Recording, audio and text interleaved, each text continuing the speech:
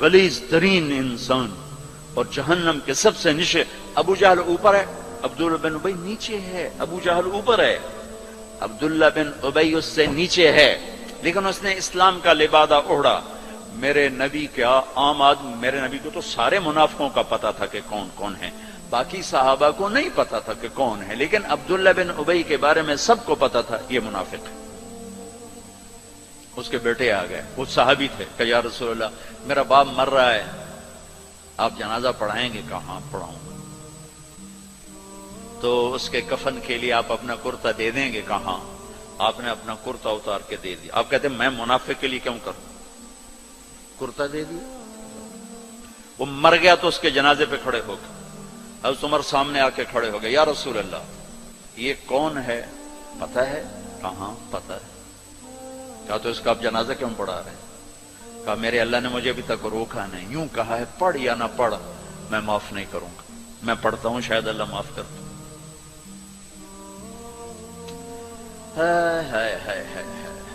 ایک جگہ تھا وَإِن تَسْتَغْفِرْ لَهُمْ 70 مَرَّةً فَلَن يَغْفِرَ اللَّهُ لَهُمْ، اے میرے نبی 70 دفعہ پڑھ دے جنازہ میں پھر بھی معاف نہیں کروں گا۔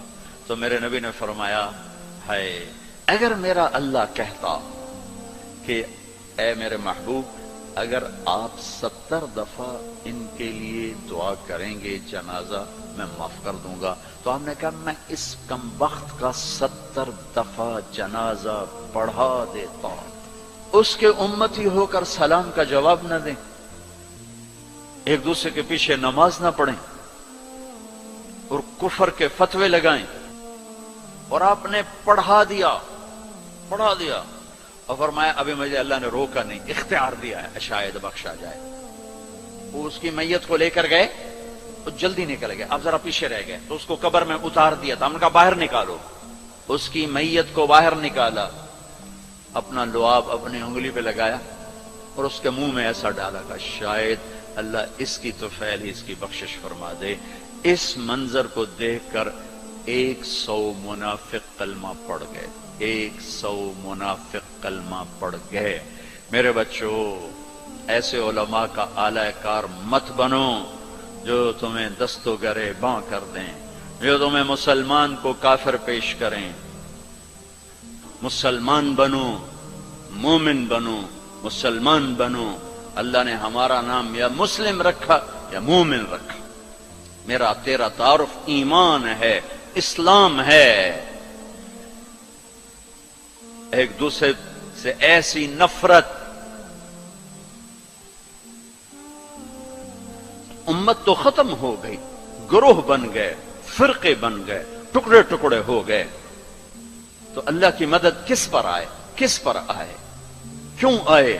ادھر مذہب کے نام پہ نفرت اور ادھر تہذیب کے نام پہ ننگا پن اور ناچ آوارگی، کدھر اللہ کی مدد آئے؟ مسلمان بن کے رہو، اپنے حوصلوں میں تمہارے ان بچوں میں کوئی آپس میں لڑا ہوا ہو ابھی اٹھ کے گلے لگنا، کہ میرے نبی کا فرمان ہے 2 مسلمان لڑ پڑیں پھر 3 دن تک صلح نہ کریں تو میری طرف سے یہودی مریں عیسائی مریں، مجھے ان کی کوئی ضرورت نہیں ہے۔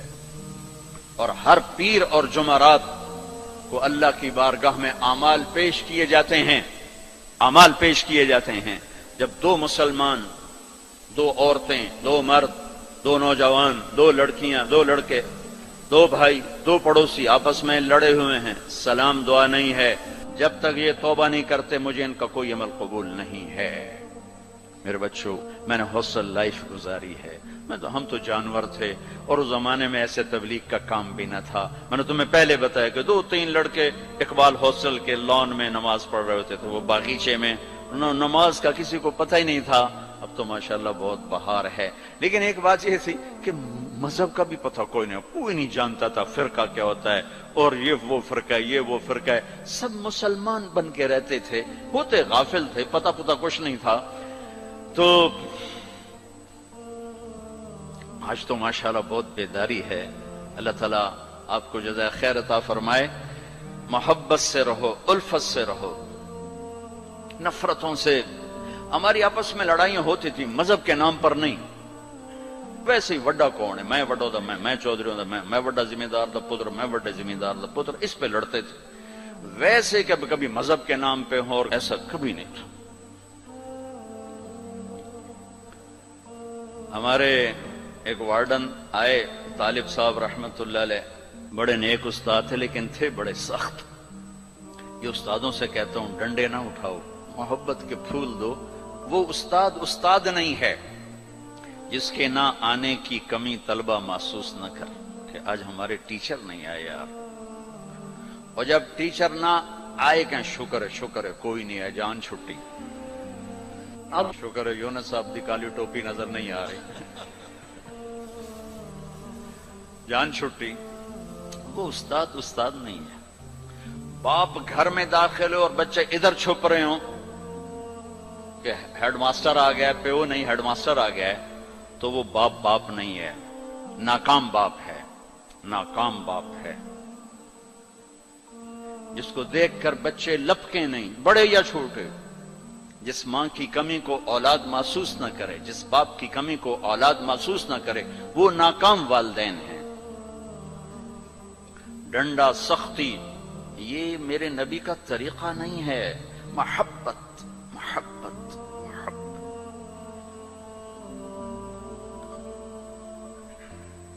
وہ تھے بڑے یعنی مہربان تھے، لیکن وہ زمانہ ہی تھا ڈنڈے ڈنڈے ڈنڈے ڈنڈے.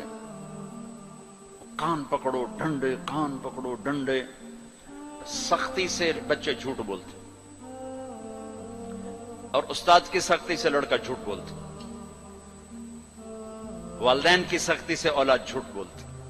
والدین اپنے بچوں سے دوستی لگانے کے بجائے ماں باپ بن کے دکھاتے ہیں، تو وہ اوروں کو دوست بناتے ہیں. جب وہ اوروں کو دوست بناتے ہیں تو وہاں سے غلط فیڈ ہوتا ہے، پھر غلط راہوں پہ چلتے. چوتھی جماعت میں پڑھتا تھا. ماسٹر شفیع صاحب رحمت اللہ علیہ ہمارے استاد تھے. بڑے مہربان، ہمدرد، لیکن بہت سخت، بہت مارتے تھے. سردیوں کے دن تھے اور ہم کوئی 20 لڑکے تھے چوتھی جماعت میں. میں بیٹھا تھا 12ویں نمبر پر، اور انہوں نے سوال لکھایا سلیٹ پر. کوئی اوکھا سا سوال تھا، وہ کسی کو نہیں آیا. پہلا لڑکا اٹھا، سوال غلط، ٹھو ٹھو ٹھو ٹھو ٹھو ٹھو. میں نے دیکھا مجھے بھی نہیں آتا، میرے پسینے چھوٹ گئے. میں کہہ لے آج خیر کوئی نہیں. پھر دوسرے کی باری آئی، ٹھو ٹھو ٹھو ٹھو ٹھو.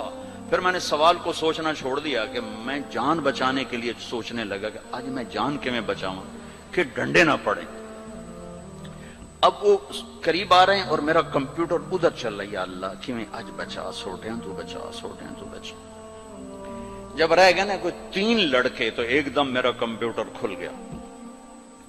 ہماری تہذیب ثقافت گاؤں کی یہ تھی کہ ہمارے ٹیچروں کو والد صاحب گندم بھیجتے، چاول بھیجتے، گھی بھیجتے، مکھن بھیجتے. موسم کے پھل، آم ہے، کنو ہے، مالٹا ہے، امرود ہے، مٹھا تھا، لیمو تھا، بہت کچھ. بڑا باغ کا بڑا شوق تھا. اور مرچیں، نمک، ہر چیز جاتی تھی. اور کوئی یہ رشوت نہیں ہوتی تھی. یہ وہ ہمارے والدین سعادت سمجھتے تھے کہ بھئی ہم اپنے بچوں کے استادوں کی خدمت کریں، سعادت سمجھتے تھے. اب میں سوچ میں پڑا بھئی اب میں کیا کروں. تو کوئی موسم کا پھل سامنے کوئی نہیں، کنک بھی کوئی نہیں، چاول بھی کوئی نہیں. ہن میں کی کرا؟ تو مجھے یاد آیا کہ مرچیں ہیں. میں اٹھا، جب 3 رہ گئے، چوتھا میں، تو میں اٹھا. میں کہا استاد جی ابا جی آندے پیان کل مرچاں توڑے گھر اپڑ جیسا. انہوں نے کہا ٹھیک ہے میرا پتر، ٹھیک ہے، تو بہ جا، تو بہ جا. میں ڈنڈوں سے بچ گیا. یہ جھوٹ مجھے کس نے بلوایا؟ میرے استاد نے بلوایا. بچہ تو ایک یہ پھول ہوتا ہے، اس کو یوں تھپڑ مارو تو یہ مسئلہ جائے گا.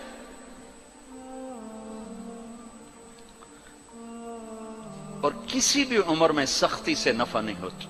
ہر عمر میں محبت ہی ایک ایسا اصول ہے جس سے آپ دلوں کو خرید سکتے.